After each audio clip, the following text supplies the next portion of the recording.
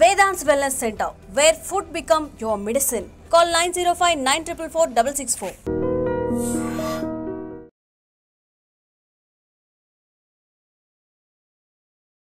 అందరికీ నమస్కారం. Welcome to I dream. నేను మీ ఝాన్సీ.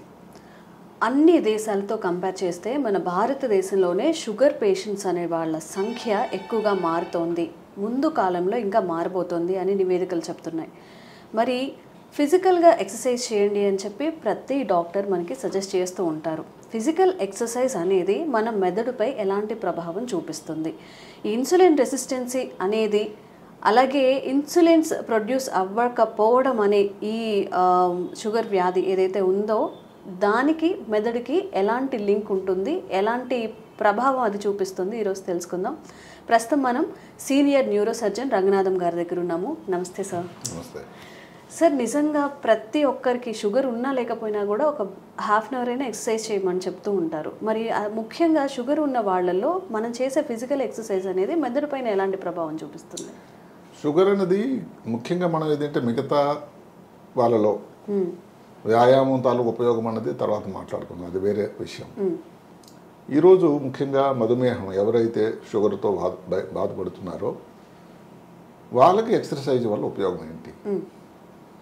ఎందుకంటే ప్రపంచంలోనే డయాబెటీస్తో బాధపడుతున్న వాళ్ళ సంఖ్య భారతదేశం రెండోది, మొట్టమొదటి స్థానం చైనా. జనాభా పరంగా కూడా చైనాది ప్రస్తుతానికి ఎక్కువ. ఇప్పుడు అక్కడ 140 మిలియన్లు ఉన్నారు, మన దగ్గర 72-74 మిలియన్లు ఉన్నారు. అందులో సగం ఉన్నాం మనం. అంటే ఇంకొక మనకి దాయాదులు అన్నవండి, తర్వాత మన పక్కన మన శ్రేయోభిలాషి పాకిస్తాన్ 3వ స్థానంలో ఉంది. ఈ 3 ప్రాంతాల్లో చుట్టుపక్కలలోనే ఎక్కువ ఉంది. ఇంకొక మాట గమనించాల్సింది ఏంటంటే ప్రీ డయాబెటిక్స్ అని ఒక మాట, అది దగ్గర 152 మిలియన్లు ఉన్నారు. ఈ 152 మిలియన్లో ఏదైనా సరిగ్గా వ్యాయామం లేకపోవడం వల్ల కానీ అవసరమైనటువంటి మందులు కూడా తీసుకోకపోతే జరగబోయేది ఏమిటంటే వాళ్ళు 50% డయాబెటిక్స్ అవుతారు. అంటే మీరు ఊహించండి, కొన్ని సంవత్సరాల తర్వాత, ఇది ఎప్పుడు నేను చెప్పిన గణాంకాలు, ఇది ఎప్పుడు, ఇది 2021. అసలు ఏదైనా కానీ ఇంకా షుగర్ పెరగడానికి ఆస్కారం. అందరికీ తెలిసింది ఏమిటంటే వ్యాయామం అంటే శరీర దారుఢ్యానికి, కండలు పెంచడానికి. పాతకాలంలో పెద్దవాళ్ళందరూ పిల్లల్ని మందలించేవాళ్ళు, ఏదో ఒక మంచి పని చేయరా నువ్వు, శుభ్రంగా కండలు పెంచడానికి, బరువు తగ్గడానికి దానివల్ల ఉపయోగం ఏంటి? జిమ్ము అని.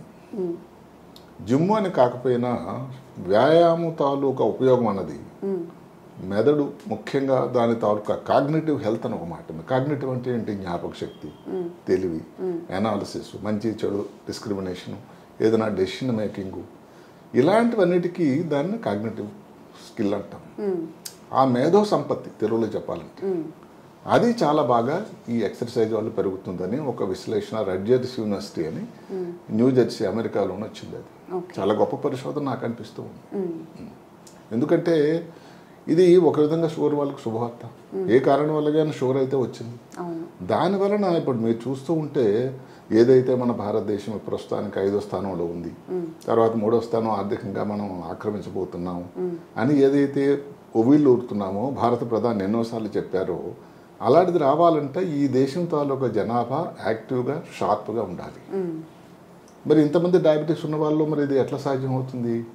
సాధ్యమవుతుంది ఏంటంటే మందులు వాడుతూనే ఎక్సర్సైజ్ చేయటం వల్ల దానికి సాధ్యమవుతుంది అని ఈ పరిశోధన ఈ మధ్య కాలంలో వచ్చినటువంటి గొప్ప పరిశోధన. ఇంతవరకు ఎక్సర్సైజ్ చేస్తే మీకు బరువు తగ్గుతుంది, లేకపోతే కండరాలు బాగా పెరుగుతాయి, షుగర్ బీపీ రాదు, షుగర్ రాదు అని చెప్పేవాళ్ళు కొంతవరకు. డయాబెటీస్ వచ్చిన వాళ్ళలో ముఖ్యంగా ఈ వ్యాయామం చేయటం వల్ల బ్రెయిన్లో ఉండేటువంటి షార్ప్నెస్, అదే కాకుండా మీరు చూస్తూ ఉంటే ఈ మధ్య కాలంలో అవుట్ పేషెంట్లో మేము చూస్తూ ఉంటాం, చాలామంది పేషెంట్ డయాబెటీస్ ఉండి, హైపర్ టెన్షన్ ఉండి, కొంచెం ఊబకాయం ఉండి, పెద్ద వ్యాయామం లేకపోవడం వల్ల డల్ అయిపోతారు, మర్చిపోతారు, జ్ఞాపకశక్తి తగ్గిపోతుంది. దానికి చాలామంది ఏమనుకుంటున్నారంటే 50 పడిపోయింది, పైబడ్డ వయసు, 60 సంవత్సరాలు, వయసును బట్టి వచ్చిన మార్పు అండి. అదే కాకుండా వాళ్ళలో బ్రెయిన్లో చిన్న రక్తనాళాలు ఉంటాయి, ఆ చిన్న రక్తనాళాలు బ్లాక్ అయిపోవడం అని వచ్చింది, స్మాల్ వెసల్ ఇస్కిమియా అని. ఎక్సర్సైజ్ చేయకపోవడం వల్ల సార్? ఎక్సర్సైజ్ చేయకపోవడం వల్ల కాదు, మామూలుగా డయాబెటిక్స్ ఎఫెక్ట్. ఓకే. దానివల్ల కూడా కొంతవరకు మనకి ఈ జ్ఞాపక శక్తి తక్కువ అని, ఇలాంటి వాళ్ళందరిలో ఆ ప్రాబ్లం రాకుండా ఆపడానికి ఇది అవకాశం ఉంటుందేమో అని కూడా. ఈ పరిశోధన నిజానికి ఎక్కువ పెద్ద స్టడీ కాదు ఇది.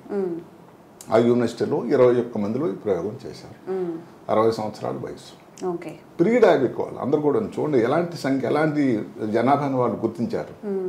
సో ప్రీ డయాబెటిక్ అంటే ఎవరండి? ఎవరికైతే షుగర్ అనేది 100 నుంచి 125 ఉందో వాళ్ళని ప్రీ డయాబెటిక్ అంటారు. ఎందుకంటే ఇందా మనం చెప్పుకున్నట్టుగా ప్రీ డయాబెటిక్ అనే వాళ్ళు 50% డయాబెటిస్ మారేదానికి ఆస్కారం, రిస్క్ అనేది ఉన్నది అని.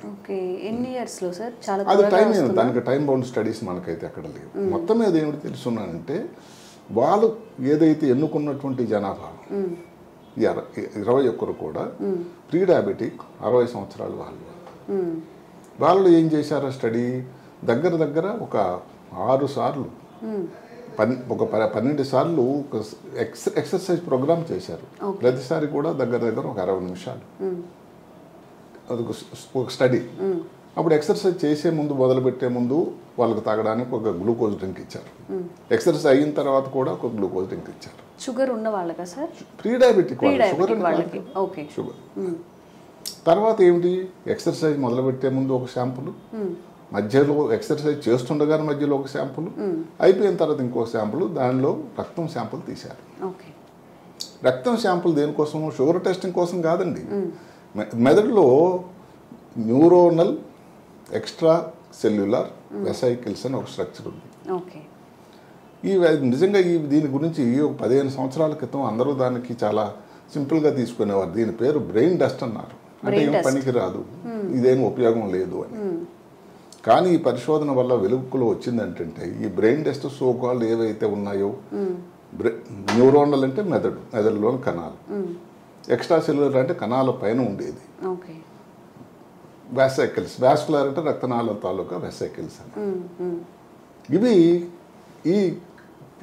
వీటి ద్వారా, ఈ కణాల ద్వారా ఇప్పుడు దీంతో ఉపయోగం ఏమిటి అని అంటే, మీరు నమ్మరు, ఇది చాలా చిన్నవి, నానో సైజ్. అంటే నానో అంటే ఏమిటి? మిలియన్లో 1 మిల్లీమీటర్లో 1 మిలియన్ వంతు నానో అంటారు. అంత చిన్న వాటివి అసలు ఎవరికి కనపడవు. రక్తనాళాల గుండా ఈజీగా ప్రవహిస్తూ ఉంటాయి. బ్రెయిన్ పైన లోపల ఉండేటువంటి బ్లడ్ బ్రెయిన్ బ్యారియర్ ఏదైతే ఉందో దాన్ని ప్రవేశిస్తాయి.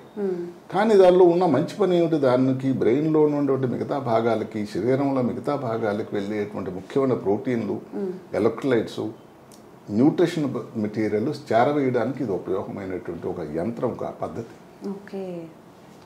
ఇప్పుడు షుగర్ ఎవరికో ఉంది, లేదు కొన్ని షుగర్, డయాబెటీస్ మామూలు లేని వాళ్ళకి కూడా ఏమిటి? అసలు ఇన్సులిన్ ఎక్కడ మొదలవుతుంది? పొట్టలోని ప్యాంక్రియాస్, క్లోమగ్రంథి అని, అక్కడ నుంచి బ్రెయిన్కి వెళ్తుంది. ఆ బ్రెయిన్కి వెళ్ళేటప్పుడు ఏదైతే మెదడు లోపల కొన్ని చోట్ల ఏదైతే హైపోథాలమస్, అలాగే హిప్పో క్యాంపస్, ఏదైతే తెలివికి, జ్ఞాపక శక్తికి ముఖ్యమైన కేంద్రాలు ఉన్నాయో, అక్కడ ఈ ఇందాక చెప్పుకున్నటువంటి neuronal extra cellular vascular capsules cabin అది ఎక్కువ ఉంటాయి సంఖ్యాపరంగా.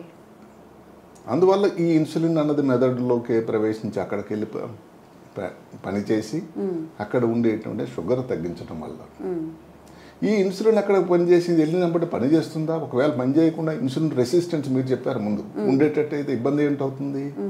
దాంతో పనితనం లేదు కదా. కాబట్టి ఇన్సులిన్ తాలూకా సెన్సిటివిటీని పెంచుతూ ఉంటుంది. అంటే డయాబెటీస్ వచ్చిన వాళ్ళు కూడా డయాబెటీస్ కంట్రోల్ కోసం, అదే కాకుండా మెదడులో ఇబ్బందులు రాకుండా ఉండడానికి చేసేటువంటి గొప్ప ఇది. అంటే ఏమిటి? ప్యాంక్రియాస్, క్లోమగ్రంథిలో ఇన్సులిన్ తయారవుతుంది, మెదడుకి ప్రవాహం చేస్తుంది. ఏవైతే neuronal extra cellular micro cap ఏదైతే ఉన్నాయో సెల్యులార్ వెసైకిల్స్ ద్వారా ప్రయాణం చేస్తుంది. ఈ ప్రోటీన్ యాక్ట్ ప్రోటీన్, ఆ ప్రోటీన్ పేరు కూడా యాక్ట్ ప్రోటీన్, అంటే ముఖ్యమైన పనుల కోసం ఉపయోగపడే ప్రోటీన్. ఇవి మీరు ఇక్కడ 2 మాటలు ఉన్నాయి, ఇన్సులిన్ సెన్సిటివిటీ, ఇన్సులిన్ రెసిస్టెన్స్ అని. ఇన్సులిన్ రెసిస్టెన్స్ ఉన్న వాళ్ళు ఏమవుతుందండి? ఇన్సులిన్ తయారై అయినా కానీ పనిచేయట్లేదు కదా దాని మీద, షుగర్ మీద. షుగర్ తాలూకు సంఖ్య పెరిగిపోతుంది, డయాబెటీస్ కంట్రోల్ కాదు, జ్ఞాపక శక్తి ఇదైపోతుంది, లెథర్జిక్ అయిపోతారు, డల్గా అయిపోతారు, ప్రొడక్టివిటీ అనేది ఉండదు. ఎవరైతే ఇన్సులిన్ సెన్సిటివ్ ఉందో అదృష్టవశాత్తు వాళ్ళలో ఇబ్బందులు రాకుండా షుగర్ బాగా కంట్రోల్ అవ్వడం. దానికి ఈ ఎక్సర్సైజ్ చేయడం ద్వారా ముఖ్యంగా ఈ ఏదైతే రక్తం సంప్లై మనం శాంపుల్ తీసుకున్నారో ప్రతిసారి ఎక్సర్సైజ్ సెషన్ అయిన తర్వాత ఈ సంఖ్య మనం దీనిని సింపుల్గా చెప్పుకోవాలంటే NECV అని దాని పేరు. ఇవి సంఖ్య పెరిగాయట. ఎక్కడెక్కడైతే హైపోథాలమస్ హిప్పోకాంపస్ అనే చోట్ల దీని సంఖ్య పెరిగింది.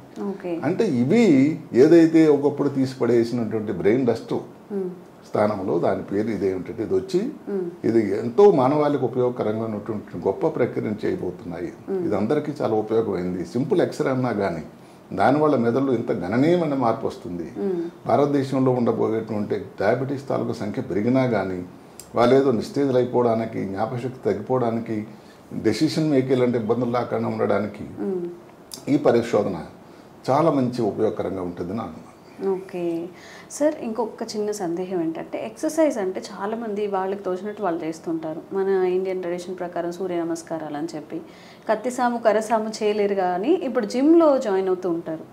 అంటే మనం హ్యాపీగా ఉండేది, మనకి హ్యాపీగా అనిపించేది ఒక సాంగ్ పెట్టుకుని డాన్స్ చేసినా చాలు అంటారా? పర్టికులర్గా వ్యాయామం అనేది ఉండాలి? ఏదన్నా కానీ నాకు తెలిసిన అంటే ఆ స్టడీలో ఈ వివరాలు అయితే వాళ్ళు చెప్పిందాలు ఏమిటంటే 60 నిమిషాల ఇది 12 సెషన్స్. అందులో ఏ రకమైన డీటెయిల్ ఎక్సర్సైజ్ ఆ స్టడీలో అయితే మనకు రాలేదు. నా ప్రకారం ఏమిటంటే ఏదైనా కానీ శరీరానికి చెమట పట్టి వ్యాయామం చేసినట్టయితే మధ్యలో గ్యాప్ రాకుండా ఒక 30 నుంచి 20 నిమిషాలు చేసింది ఉదయం సాయంకాలం ఇంతకుముందు వాకింగ్ దాని గురించి దాని ఉపయోగం కూడా మనం చాలాసార్లు చెప్పుకున్నాం. 70 సంవత్సరాలప్పుడు 60 సంవత్సరాలప్పుడు మనం ఎక్స్పెక్ట్ చేయం వెళ్ళి జిమ్కి వెళ్ళాలని. యువత ముఖ్యంగా బోబకాయం రాకుండాను షుగర్ కంట్రోల్ చేయడానికి దోహదకారైనటువంటి ఈ వ్యాయామం ద్వారా దాని ఉపయోగం అవుతుందని నేను అనుకుంటున్నాను. Okay, thank you sir. నమస్తే.